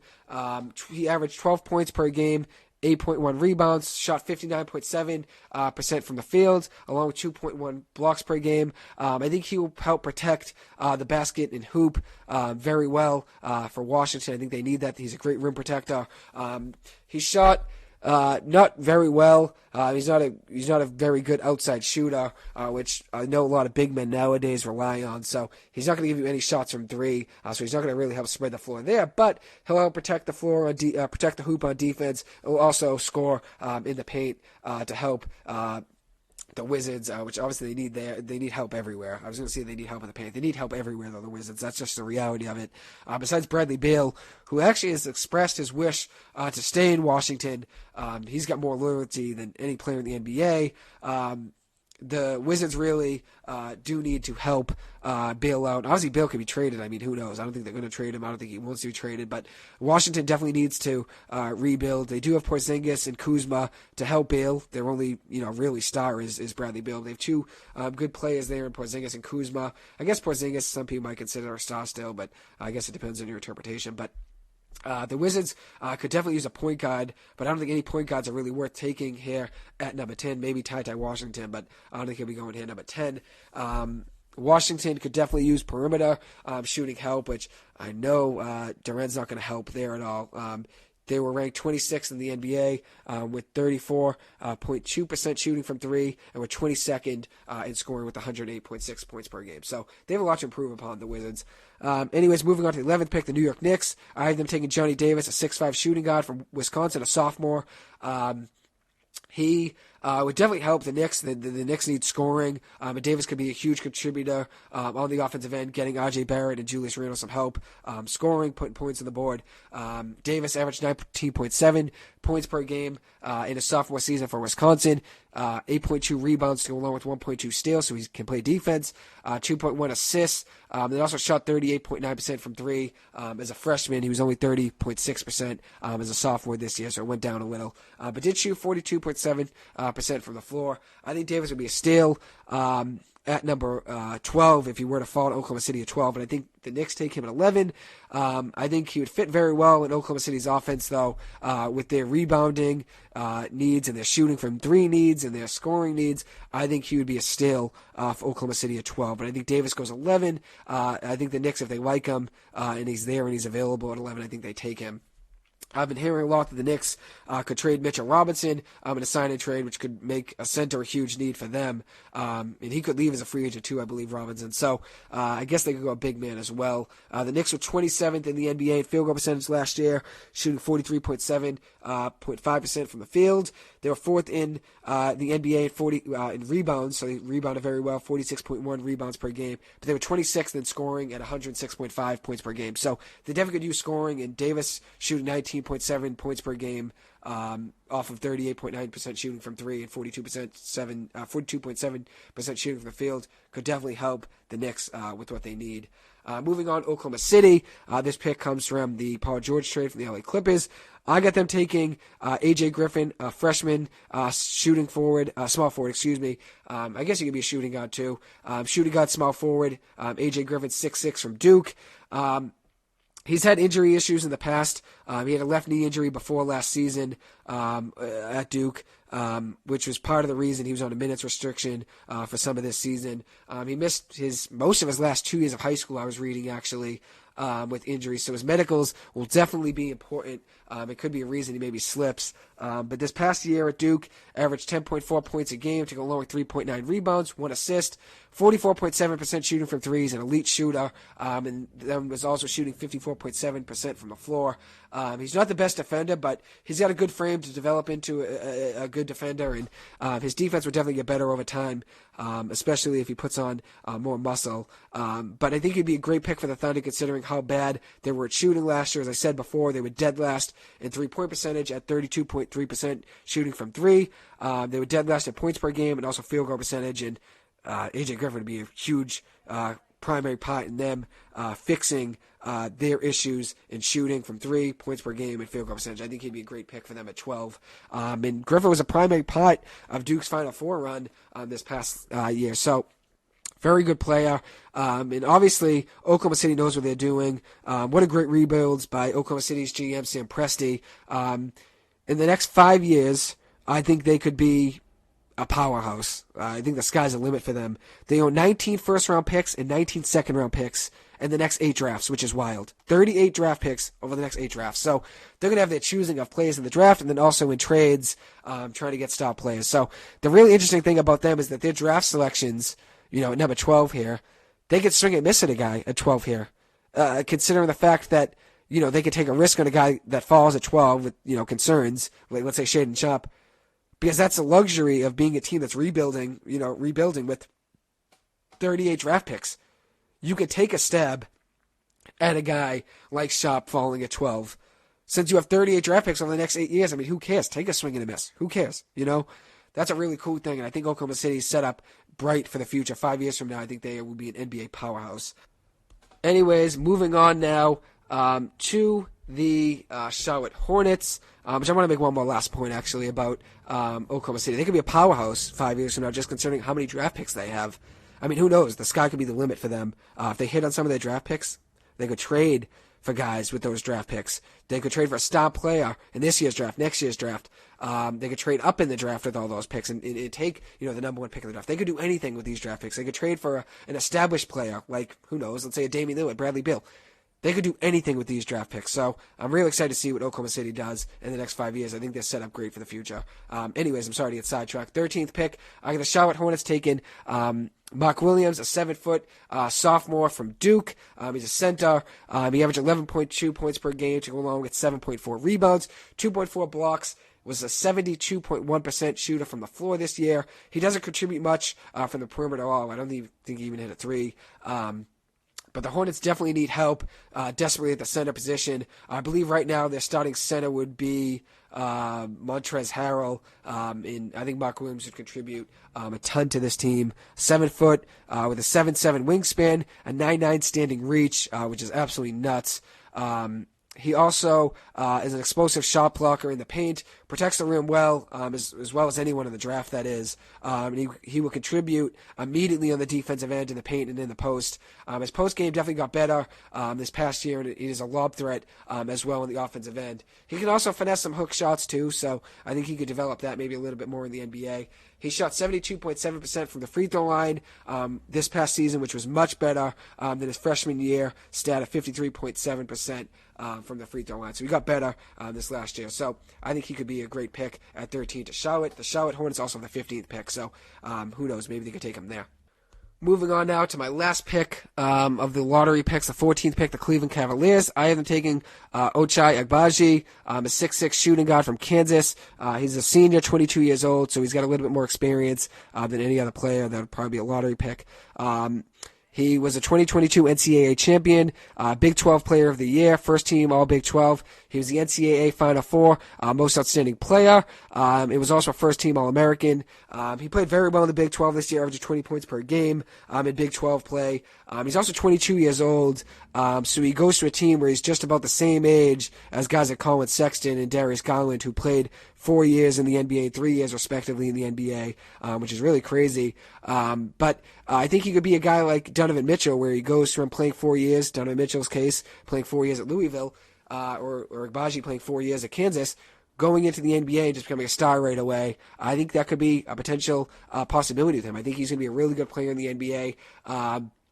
And Cleveland's set up perfectly. I mean, they could just take anyone here and can make a run. But out of all the lottery teams, I think Cleveland has the best roster by far.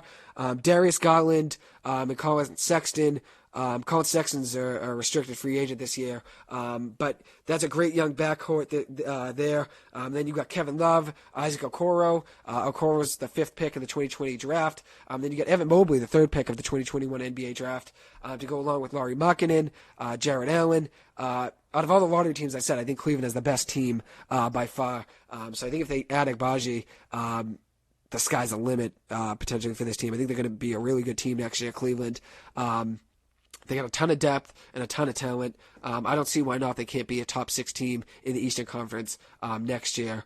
Cleveland was 24th in blocks per game last year with 4.2 blocks per game. They were middle of the pack in shooting from 3, 35.5% shooting from 3. They were 15th in shooting from 3. And then also were 15th, so middle of the pack once again, in rebounds per game at 44.2% rebounds per game. So they were 25th also in scoring per game, 107.8 points per game they average. So they could definitely improve on their scoring for sure. They could definitely use a wing like Agbaji. Agbaji averaged 49% shooting from 3 in March Madness, averaged 13.7 points per game, 1.5 blocks per game, 1.5 steals per game in March Madness. And he definitely will add on the defensive end. He has a pure shot with a quick release. And I think that's the thing. I think definitely that's something that Cleveland could use. Considering the fact, I mean, as I said, Cleveland has so much depth, they could draft any position. They don't really have a glaring need, at least to me. But you're looking at Agbaji, he averaged 18.8 points per game this past year overall, to go along with 5.1 rebounds and 1.6 assists. Shot 47.5% shooting from the floor and 40.7% shooting from 3. And that's what Cleveland needs. I mean, they were middle of the pack in shooting from 3, middle of the pack in rebounds, which Agbaji's going to help you a little bit on the rebounds, 5.1 rebounds per game, but he's going to help you with the scoring, you being 25th points per game. And I think his pure shot with a quick release is something that Cleveland could use. So I definitely think he'd be a great pick at 14. Could be a steal of the draft. Potential top 15 guys I didn't have go in the top 15. One guy I wouldn't be surprised going in the top 10 range. I didn't have being selected here at all in the lottery. Is Ousmane Dieng, a 6'9", 6'10", small forward with a 7-foot wingspan. One of the most intriguing draft prospects to me, and I'm rooting for him since he's French. He's a French small forward who played for the New Zealand Breakers in the NBL this past year. He averaged 8.9 points per game to go along with 3.2 rebounds, 1.1 assists, shot 39.8% from the floor, 27.1% from 3, and also had 0.6 steals per game. he started off slow in the National Basketball League this past year for New Zealand, but he did get hot as the year went on and definitely got more comfortable. He can guard the 1 through 4 in defense, very versatile defender, very elite passing as well. He's got elite court vision. Always finds the open player to get the easy bucket. And he was born and raised in France, the southwestern part of the country. So I'll be rooting for him. I do love my French basketball players, Frank Ntilikina, Nic Batum. That's just to name a few. So I'll be rooting for him. Hopefully he's a lottery pick, but I have him going probably around 15 or 16 here.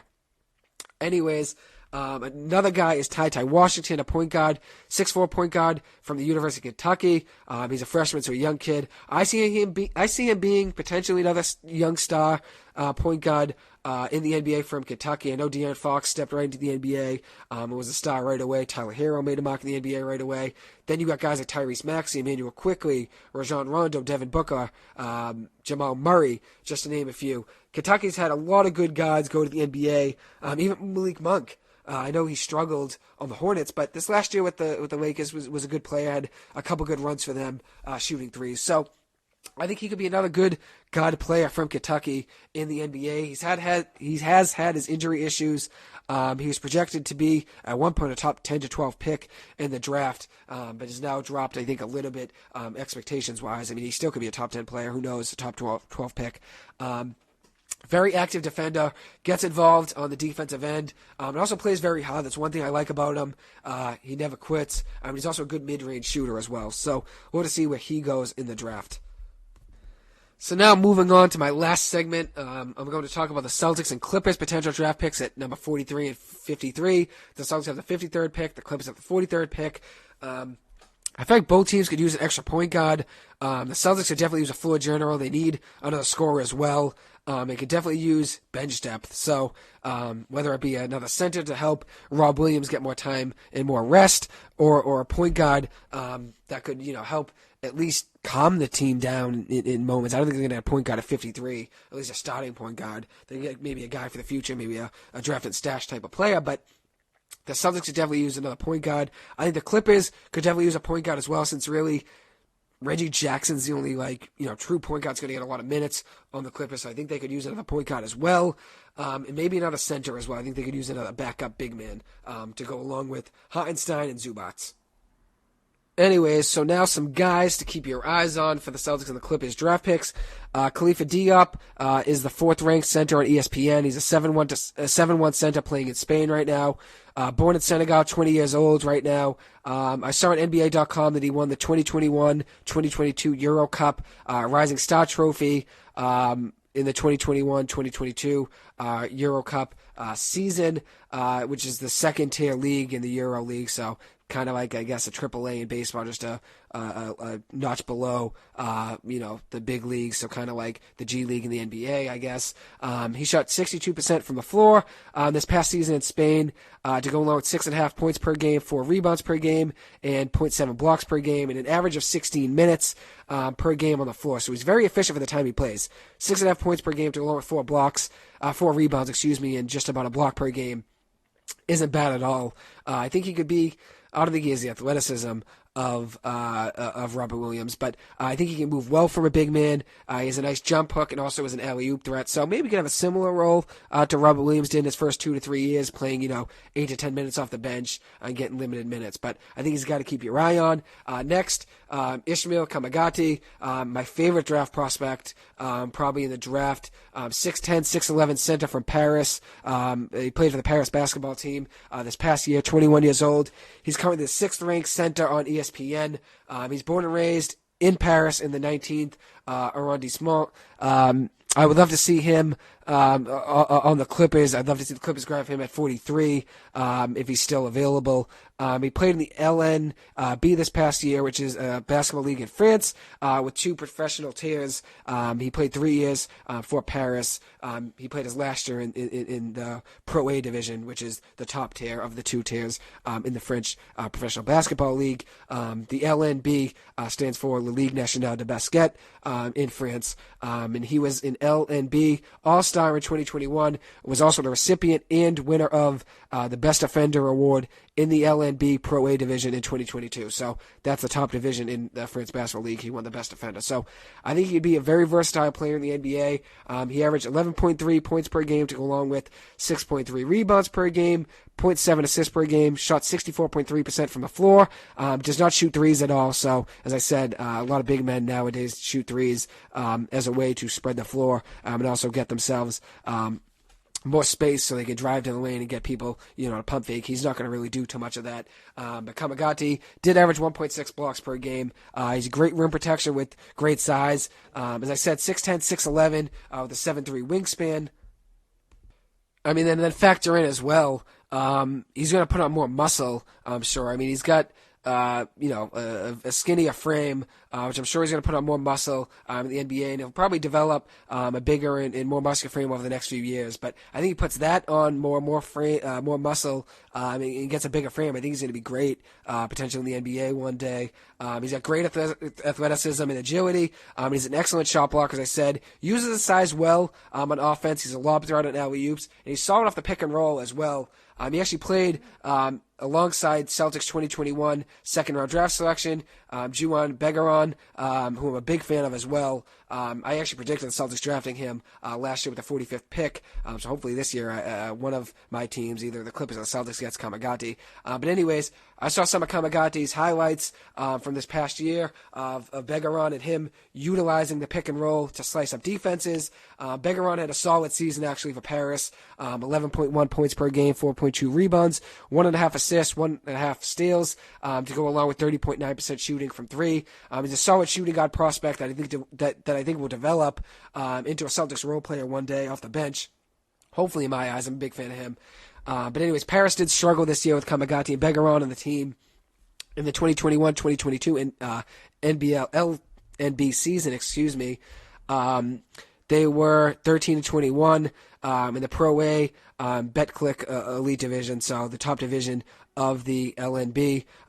Kamagati and Begaron were 23-11 in the Pro B division together last year for Paris in the 2020-2021 LNB season. But moving up to the Pro A division, Begaron and Kamagati, their team struggled 13-21. But Kamagati did average more points per game in the A division than he did in the B division. He averaged 11.3 points per game this year in the A division compared to 8.9 points per game last year in the B division. So I see Kamagati being selected around 30 to 40, maybe 45, but I think he's going to be potentially a steal of the second round. If he's a second round pick, that is an absolute steal, and I would love to see the Celtics or Clippers get him. I think he could contribute on both ends for either team. Next, Hugo Besson is a 6'6" point guard, 21 years old. He's a 7th-ranked point guard right now on ESPN. He played for the New Zealand Breakers in the last year. He averaged 13.9 points per game for them, 3.9 rebounds, 2.5 assists to go along with 38.5% shooting from the floor and 30.6% shooting from three. He plays with an edge and hustles, which I really like. He's a good mind for the game, and it has nice handles. A lot of scouts, big fans of his ability to dribble. He's not the most consistent shooter, though, so he will definitely have to improve there. It definitely has a lot more muscle to put on, too, since he has a skinnier frame as well. But born and raised in France, so once again, another French player that I'm a big fan of, Hugo Besson. I would love to see the Clippers and the Celtics get him in a draft and stash move, since I think they both need a point guard for this season. But, let's say Besson were to come over and be a potential draft pick signing for the season. I think he could contribute off the bench for both teams. I think he'd be a really good pick. Anyways, keeping it in the international gems, in my eyes, Matteo Spagnolo, a 6'4" point guard from Italy, 19 years old. He averaged 12.2 points per game this past season, 44% shooting from the floor, 44.1% shooting from three, so a very good shooter to go along with 3.5 rebounds per game, 2.6 assists per game, and then 0.8 steals per game, along with 86.1% shooting from the free throw line. So a very good shooter, as you can see, 44.1% shooting from three, 86.1% shooting from the free throw line. One thing about him is is that Spagnuolo is not too great of a finisher, and that's probably one thing that's going to hurt him a little bit maybe in his draft stock. He'll probably be in a draft stash type of guy. The 19-year-old point guard played this year for Real Madrid, I believe. Let me see. Yes, he is on loan from Real Madrid playing in Italy this year. So I guess Real Madrid owns the rights to him in Europe, but I guess he's playing for an Italian team this season. But anyways, I think he could be a good player, though. I think one thing about him is that he's really young, 19 years old, as I said. But he's a very good shooter off the dribble, very good passer. And another thing is that he's probably a drafted stash player like Batum, like I said. And I know people say he's not a great finisher at the rim, and I saw online on ESPN that he finished 46% at the rim, so he definitely has to improve there. But I think over time, I think he will get better there. He's probably a drafted stash player like Batum. Anyways, another guy to move on to is Alondes Williams, 6'5" point guard, shooting guard from Wake Forest, a senior. Was the 2021-2022 ACC Player of the Year. 18.5 points per game to go along with 6.4 rebounds per game, 5.2 assists per game, 1.2 steals per game. He shot 28.2% from three, so he's not the best shooter, but was 50.7% from the floor in general, so that's not too bad. He's a very good defensive guard, can create his own shot very well, and can score the ball, which the Celtics and Clippers could both use another score. I guess the Celtics more than the Clippers. The Clippers don't really need another score, but point guard the Clippers could definitely use. But the Celtics could definitely use Alondes Williams. They could definitely use him desperately off the bench. As seen in the NBA Finals, the Celtics' weakness was bench scoring and depth scoring. And Alondes Williams, I guess shooting is his weakness, 27%, shooting from three, that is, was his weakness, 27% shooting from three in college, but did shoot 50.7% from the floor this past year, so I think at the end of the day, I think he can improve on his three-point shooting in the NBA, and hopefully the Celtics draft him. I think he'd be a great draft pick. Anyways, my last guy I want to highlight, a 6'3" point guard out of Alabama, J.D. Davidson, averaged 8.5 points per game this past year to go along with 4.8 rebounds per game, 4.3 assists to go along with the steal. He does turn the ball over a ton, so I guess he wouldn't fit in too well with Jaylen Brown and Jayson Tatum since they love turning the ball over a ton too. He had the highest turnover ratio per 100 possessions on the Alabama basketball team this year. But he did have 9.2 assists per 100 possessions this past year. And he's not the best scorer, but I think he could be a project for the future. I think he'd be a solid draft pick. If he were to play in the G League for a couple of years for the Celtics or the Clippers, I think he'd be a solid acquisition. But anyways, that wraps up my NBA draft, NBA final special. The NBA draft, I think the coverage starts at 7:30 tonight, as I said, on ESPN and ABC. I think the draft starts itself at 8 o'clock. And as I said, I'll go over my first few picks again really quick, the first five guys. I'll just say them really quick. Number one, I have Jabari Smith, power forward, 6'10" from Auburn. As I said, I wouldn't be surprised if Paolo Banchero was the first overall pick. I think there's a chance. I think there's a good chance he's the first overall pick. I think it's probably 50-50 between Jabari Smith Jr. and Paolo Banchero being the first pick. But as of now, I think Jabari Smith, in my eyes, will be the first pick. But I think Banchero is a very safe player as well to take. I think it's 50-50 between those two guys. In my mock draft, my original one I made 2 days ago, I think I had Banchero going number one. Yesterday, I had Banchero going number one. Then today, I made a new one and switched it up and had Banchero going number two and Smith going number one. But I think they could flip-flop. Who knows? But I think as of now, I think Smith's the number one pick. I think Banchero goes number two to Oklahoma City. I think Holmgren goes number three to Houston. I think 4 is Keegan Murray to Sacramento. And I think 5, Shaedon Sharpe to Detroit. But hopefully it's a good NBA draft. I'm sure there'll be a lot of trades, a lot of speculation about Kyrie Irving will probably be talked about a ton tonight during the NBA draft and what the Nets' future will be like. But I'm excited to see how the NBA draft pans out. Anyways, thank you guys so much for listening. I'll probably be back with another episode in the next day or two. I want to talk about the Red Sox, College World Series, and a couple other things, the NHL Stanley Cup Finals and how that's been going. I want to talk about a ton. So thank you guys so much for listening. I'll be back on in the next few days. Have a good night. Enjoy the NBA draft. Thank you. Take it easy and have a good one. Thank you.